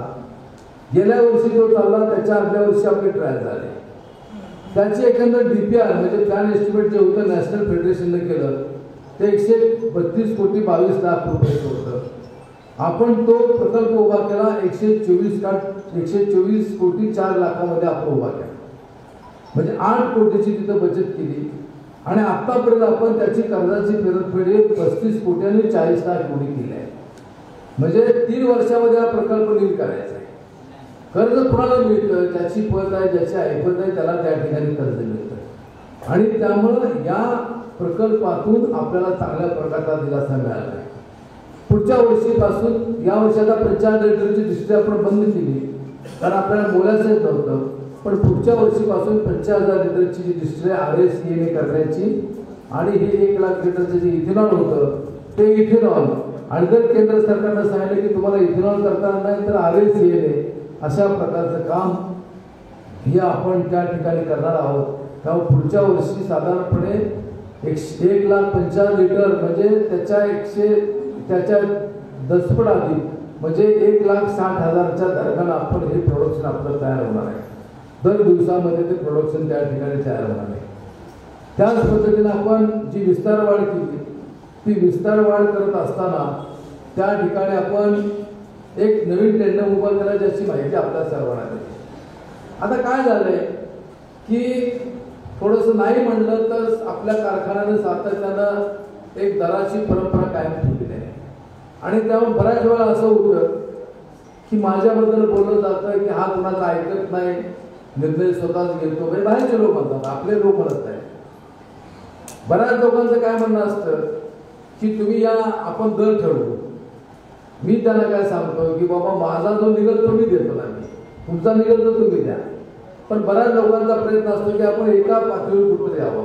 माझं काय म्हणणं असतं जर माझ्या कारखान्यामध्ये बचत होत असेल, चांगल्या प्रकारचं काम कर्मचारी अधिकारी करत असतील, आम्ही चांगलं लक्ष देऊ असतो तर कशासाठी आपण त्या ठिकाणी मागं राहायचं. म्हणून नेहमी आपण उच्च दराची परंपरा ठेवलेली आहे. आता या ठिकाणी आपण जर बघितलं तर आम्ही काय सांगतोय की साधारणपणे 11,000 टनाने कारखाना चालवायचा, त्याच्या 110% म्हणजे 12,000 टनाने चालेल. आणि त्यासाठी आपण कर्ज उभं केलं. कर्ज घेत असताना सुद्धा तिथं बँकाचे निकष असतात आणि त्या निकषाप्रमाणे कर्ज त्या ठिकाणी उपलब्ध करून दिलं जातं. आणि मग आपल्याला कर्ज उपलब्ध करून दिलं. आपला साधारणपणे जी कॉस्ट आहे ती कॉस्ट साधारणपणे एस्टिमेट जे DPR नुसार आहे ते 448 कोटी 21 लाख आहे. आता विरोधी बाजूकडून प्रचार केला जातो की 750 कोटीचं कर्ज यांनी घेतलेलं आहे. आमचं म्हणणं एवढं कर्ज आहे, एवढं जर भीती घालतात तर कशाला इकडे वाकडाने जर बसताय. तुमचा उद्योग तुम्ही बघा त्या ठिकाणी, आम्ही सक्षम आहोत त्या ठिकाणी. आता एक तुम्हाला सांगतो की 448 कोटी 21 लाखाचं आपलं DPR म्हणजे एस्टिमेट त्या ठिकाणी. प्रत्यक्ष आपण आतापर्यंत खर्च किती केला आहे तर 384 कोटीचा आपण खर्च केला आहे. म्हणजे अजूनही 100% कर्ज घेतलं नाही, आपला प्लॅन जवळजवळ पूर्ण झालेला आहे. मध्यंतरी बॉयलर आपण चालू केला, त्या बॉयलरच्या टेक्निक प्रमाणे साधारणपणे त्या बॉयलरमध्ये जी काही गंज असतो किंवा बर असते ती तिथं मोठ्या प्रमाणामध्ये स्टीम तयार करून ती हवेमध्ये सोडली जाते. त्याला ब्लो म्हणजे बाहेर स्टीम सोडणे असं म्हणतात आणि साधारणपणे 25 वेळा ती हवेमध्ये सोडली जाते आणि 16 वेळा ती हवेमध्ये सोडली. साधारणपणे 10-12 वेळा सोडल्यानंतर त्या 6 इंची पाईपलाईन स्टीलची प्लेट आत लावली जाते, 3 बोटाची प्लेट असते आणि मग एकदा तो ब्लो झाला, 2दा ब्लो झाला की ते खोलून बघितलं जातं. त्या स्टीलच्या प्लेटवर जर बर आलं असेल तर याचा अर्थ समजायचा की अजून बॉयलरमध्ये त्या ठिकाणी काही प्रॉब्लेम्स आहेत किंवा बर आहे. मग ती जोपर्यंत बाहेर जात नाही तोपर्यंत मग ती स्टीम टर्बाईनला जोडायची नाही, कारण टर्बाईन हा अतिशय नाजूक प्रकार आहे आणि मग तिथून त्या ठिकाणी वीज तयार करायची आणि आपला फायबरायझर वीज चालवायची अशा प्रकारची योजना आहे. आपण जो टर्बाईन घेतलाय तो 18 मेगावॅटचा घेतलेला आहे. आपल्याला जे आता वीज लागणार ती 12 मेगावॅट लागणार आहे आपल्या या नवीन प्रकल्पासाठी आणि नवीन प्रकल्पासाठी तिथं तेवढे वीज आपण घेत असताना 6 मेगावॅट शिल्लक राहील. ती काय शिल्लक होती तर भविष्यामध्ये जो आपला टेक्सनाईकचा जो प्लॅन्ट सुरू आहे 7,000-7,500 टनाने तो आता टर्बाईनच्या सहाय्याने फिरला जातो आणि भविष्यामध्ये आपण त्याला इलेक्ट्रिक ड्राईव्ह बसवायचे आहे, इलेक्ट्रिक मोटर बसवायचे आहेत की जेणेकरून ते 7,000चं क्रशिंग हे 9,000 पर्यंत जाईल. कारण एक लक्षामध्ये घ्या की दिवसेंदिवस हेक्टर उत्पन्न वाढत चाललेलं आहे. महाराष्ट्राचा चांगली शेती येते, त्या नवीन टेक्नॉलॉजी त्या आणि त्यामुळं गळीत करणे मोठं आव्हान आहे. पूर्वी कसं होतं आपण क्रिकेट सगळेजण जाणता, क्रिकेटची कसोटी 5 दिवस चालवायची. आता कसोटी कोण बघत आता 20-20 बघतात.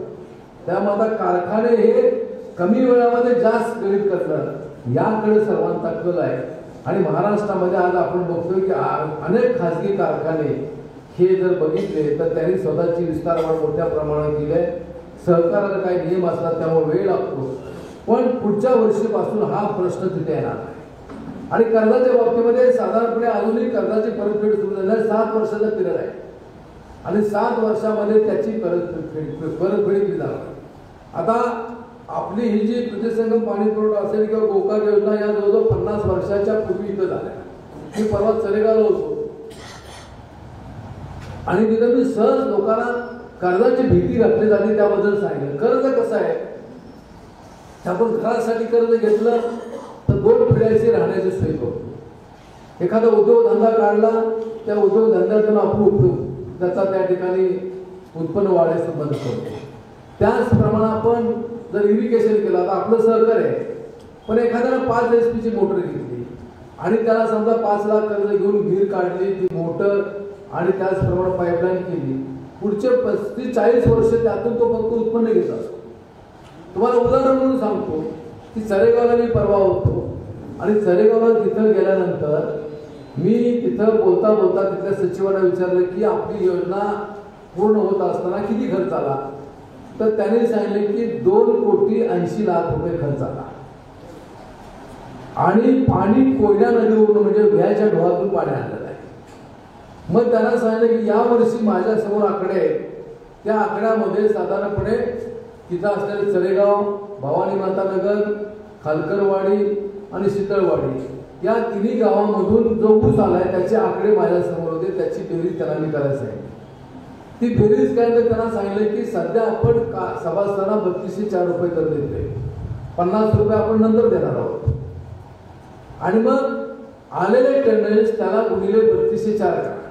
त्या सचिवानं ते केलं आणि 15 कोट्यांनी वर काहीतरी आकडा त्या ठिकाणी झाला. मग तरी सुद्धा त्या गावामधला जवळजवळ 30% ऊस बाहेर गेलेला आहे. 30% ऊस बाहेर गेलेला आहे. याचा अर्थ काय होतो की 35 वर्षापूर्वी 2,80,00,000 रुपये खर्च केल्यानंतर प्रत्येक वर्षी त्या गावाला 20 कोटीपेक्षा अधिकचं उत्पन्न मिळेल. तसं कारखान्याचं आहे. जो खर्च आपण करणार आहोत त्याच्या माध्यमातून भविष्यामध्ये पुढच्या 50 वर्षामध्ये शेतकऱ्यांच्या ऊसाचं गळीत हे करण्यात येणार आहे मोठ्या प्रमाणामध्ये. हे गळीत करत असताना त्यामध्ये अतिशय स्मूथपणे केलं जाईल. त्याचप्रमाणे चांगल्या प्रकारचा बॉयलर वापरल्यामुळं बगॅसचं सेव्हिंग होईल. आता बगॅसचा दर मला आठवतंय की एकेकाळी 1 रुपये टनाने आपण घेऊन जावा असं मागं लागत होतो. आज जवळजवळ 2,500 रुपये टनाने बगॅस दिला जातो आणि त्यामुळे बगॅसचं जे सेव्हिंग होईल त्याच्या माध्यमातून साधारणपणे या नवीन प्लॅन्टमध्ये 9 ते 10 कोटी रुपये मिळतील एवढं उत्पन्न मिळेल. म्हणजे उत्पन्न हे सातत्यानं वाढत जात आणि ऊसाची गोष्ट अशी आहे की ऊसाचा कुठलाही भाग वाया जात नाही. रसापासून साखर केली जाते, साखर तयार करत असताना जे मोलॅसेस तयार केलं जातं त्यातून त्या ठिकाणी RACA इथेनॉल तयार केलं जातं, प्रेसमड खत म्हणून वापरलं जातं, राख सुद्धा विकत घेतली जाते. त्याच पद्धतीने स्पेंडवॉश जे आहे ते काही लोक शेतामध्ये टाकतात, महाराणा शेती तिथे टाकतात. ते स्पेंडवॉश ज्या टाकीमध्ये साठवलं जातं त्या टाकीमध्ये त्याचा खाली स्लज साठवून राहतो. तो स्लज सुद्धा वीट भट्टी मालक त्या ठिकाणी घेऊन जातात आणि विटेच्या भट्टी रचत असताना त्याला थर देतात, विटेचा कलर चांगला यावा. हे कुठलीही गोष्ट वाया जात नाही आणि अशा प्रकारची ही इंडस्ट्री आहे. आणि या इंडस्ट्रीमध्ये सरकारच्या माध्यमातून खऱ्या अर्थानं आपण पाहिलं तर आपल्या स्वतःच्या असेल किंवा आपल्या परिसरामध्ये सुद्धा अनेकांच्या जीवनामध्ये आर्थिक परिवर्तन झालेलं आहे. कारखान्याच्या माध्यमातून मोठ्या प्रमाणामध्ये लिफ्ट इरिगेशन उभ्या झाल्या, 32 लहान मोठ्या लिफ्ट इरिगेशन उभ्या राहिल्या. त्याच्या माध्यमातून अनेक शेतकऱ्यांच्या जीवनामध्ये आर्थिक परिवर्तन निश्चित घडलेलं आहे. आणि ही परंपरा पुढे चालू ठेवण्यासाठी आपण सर्वांनी पिढी पाटील पॅनलला सहकार्य करावं अशी विनंती या निमित्तानं आपला सर्वांना या ठिकाणी करतो. कारखान्याच्या कार्यक्षेत्रामध्ये मग हनुमानवाडी धनगर योजना असेल, कनेरचं धरण असेल, उरमुडे असेल, धोम तागरी याच्या माध्यमातून सुद्धा पाणी येतं, त्याचाही फायदा होतो. कोयना धरणामधून जे पाणी येतं ते सुद्धा कृष्णीला येतं. कोयना नदी काठला आपण चांगल्या स्कीम केलेल्या आहेत. त्याच पद्धतीनं ते चांगल्या प्रकारचं काम आपण केलं आहे.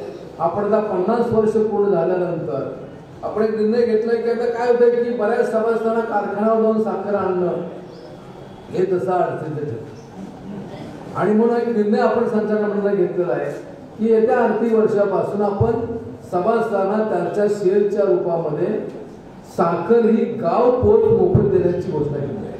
ही मागच घोषणा केलेली आहे. या आर्थिक वर्षामध्ये अनेक वर्ष शेतकऱ्यांची मागणी होती, त्यामुळे तेही काम त्या ठिकाणी केलं जातं. ते देत असताना सुद्धा आपण चांगल्या प्रतीची अशी साखर त्या ठिकाणी देणार आहोत. आपण काय साखर कुठली त्या ठिकाणी देणार नाही. कारखान्याची गोडाऊनची क्षमता 11 लाख क्विंटलची आहे. पूर्वी साखर जास्त झाली म्हणून आपण रस्त्यावर ठेवली किंवा इमारतीच्या समोर ठेवली, त्यावर टीका झाली.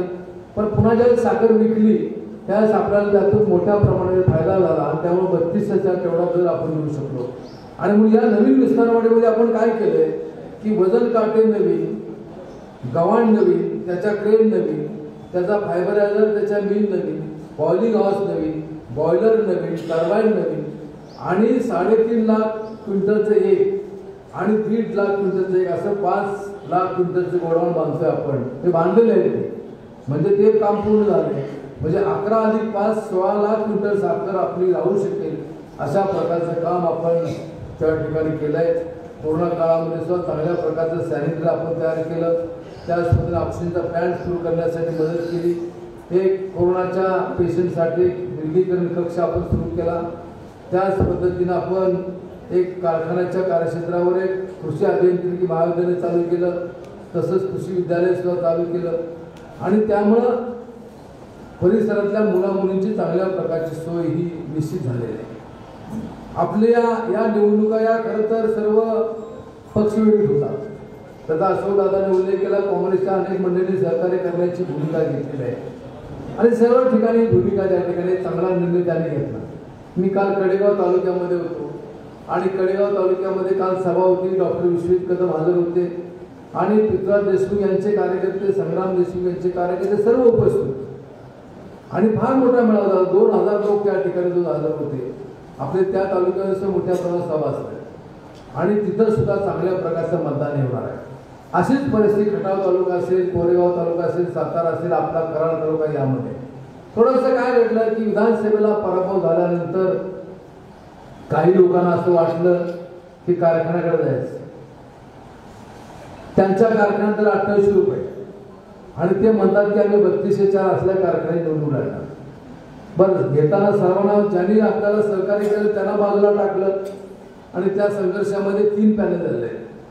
मी तुम्हाला खात्री देतो, आता काय लोक म्हणतात की 3 पॅनल तुमचं बरं झालं असं नाही. मी तुम्हाला ठामपणे सांगतो, ते तुमचा प्रतिनिधी सांगतो की सह्याद्रीच्या बाबतीमध्ये सर्व कार्यक्षेत्रामध्ये अतिशय चांगली भावना आहे आणि समोर कोणीही आलं काय आलं तर सातत्यानं सभासदांनी पिढी पाटील विश्वास व्यक्त केला आहे. त्यामुळे त्याचीच पुनर्वृत्ती यावेळी होईल आणि चांगल्या मताला आपल्या पॅनल त्या ठिकाणी होईल. आपण विशेषतः कराडकरांनी सुरुवात केली. कराडकरांनी जसं कारखान्याची सुरुवात ही कराड परिसरातून झाली, तशाच पद्धतीनं आपण पहिला मेळावा इथे घेतला आणि तिथून खऱ्या अर्थानं गती ही प्राप्त झाली. त्याच पद्धतीनं आपण मैतवारस सभासदाबद्दल काही आरोप केले जातात की ज्यांची प्रकरणं परिपूर्ण अशी आली ती प्रकरणं पूर्ण करण्याची भूमिका आपण घेतो. परंतु अलीकडच्या काळामध्ये काही ठिकाणी भाऊ सही देत नाही, बहीण हक्क सोडून देत नाही आणि त्यामुळे काही प्रकरणं ही प्रलंबित राहतात. ती साधारणपणे 1196 प्रकरणं आहेत. आता काय झालं की बरीचशी मंडळी ही नवीन ट्रेंड आलाय की मुलं मुली ही पुण्या मुंबईला ठाण्याला नगरला बेंगलोरला असतात, मग त्यांच्याकडे पालक जातात आणि तिकडे गेल्यामुळे इथे शेती कुणी करायची हा प्रश्न असतो. त्यामुळे अनेकांनी शेती दुसऱ्याला दिलेली आहे, त्यामुळे सुद्धा काही शेर राखून राहिलेले आहेत. पण ही प्रकरणं सुद्धा पूर्ण केली जाते अशी खात्री किंवा विश्वास या निमित्तानं देतो. आता विरोधी बाजूकडून काही टीका टिप्पणी केली जाते. कर्जाच्या बाबतीत मी तुम्हाला सांगितलं की 750 हे कर्ज नाही. आणि दुसरं एक तुम्हाला सांगतो की दुसरं कर्ज एक आहे ते त्याचा आकडा ते आणतात, त्याची गल्लत करतात. कारखान्यामध्ये कसं असतं की साखरेचं एक पोतं उडवलं गेल्यानंतर त्याला राज्य सहकारी बँक आणि जिल्हा बँक एक ठरवते की त्याला एवढी रक्कम द्यायची. त्याचं मूल्यांकन केलं जातं, ॲव्हरेज दर धरला जातो. आणि आता असं आहे की सर्व बँकांनी एका साखरेच्या पोत्याची किंमत ही 3400 रुपये धरलेली आहे. आणि 3400 रुपये धरल्यानंतर कारखान्याला उपलब्ध करून देत असताना त्याच्या 90% रक्कम दिली जाते, 10% रक्कम व्याजाला ठेवली जाते. आता साखर 3400 जाते का नाही, आता साखर 3600, 3650, 3700 रुपयेपर्यंत साखर केली आहे. आपल्या अलीकडच्या काळामध्ये एमचं प्रमाण जास्त आहे, ते जवळ 30% पुढे आहे आणि एमला तर जवळ 100 रुपयाचा फरक अधिक चालू आहे. त्यामुळे साखर ही साधारणपणे 3600 रुपयाच्या पुढे जाते. पण सरकारनं नियम केला त्याप्रमाणे 3400 रुपये व्हॅल्युएशन केलं जातं. आणि मग 10% रक्कम जर त्या ठिकाणी वजा केली, बँकेने व्याजासाठी घेतली, तर आपल्याकडे पोती आता आहेत गेल्या 23 तारखेला, कालच्या 23 मार्चला 9,71,086 क्विंटल साखर आपल्याकडे गोडावली आहे. आणि त्याच्यावर आपण 10% वजा जाता आपण जर रक्कम त्या ठिकाणी आपल्याला उचलपात्र रक्कम आहे 297,15,00,000 रुपये.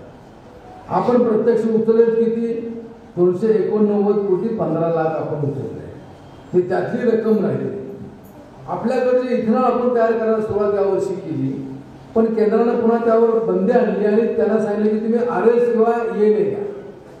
आणि मग जे इथेनॉल आपण जे दिलं ते 64 लाख लिटर झालं. त्यापैकी शिल्लक आहे 20,76,638 लिटर आपल्याकडे शिल्लक आहे. आणि त्याच्या दर आहे 60 रुपये 73 पैसे लिटर आहे. बाजार भावाप्रमाणे त्याची किंमत आता होत्या 12,61,00,000 रुपये. त्याच्यावर 1 रुपयाचं कर्ज नाही, ते आपल्याकडे रक्कम एवढी शिल्लक आहे. त्याचप्रमाणे जो अल्कोहोल आहे, जे अल्कोहोल आहे RS ENA, त्याचा साठा आहे 22,98,689 लिटर त्या ठिकाणी आहे. त्याचा दर 60 रुपये आहे.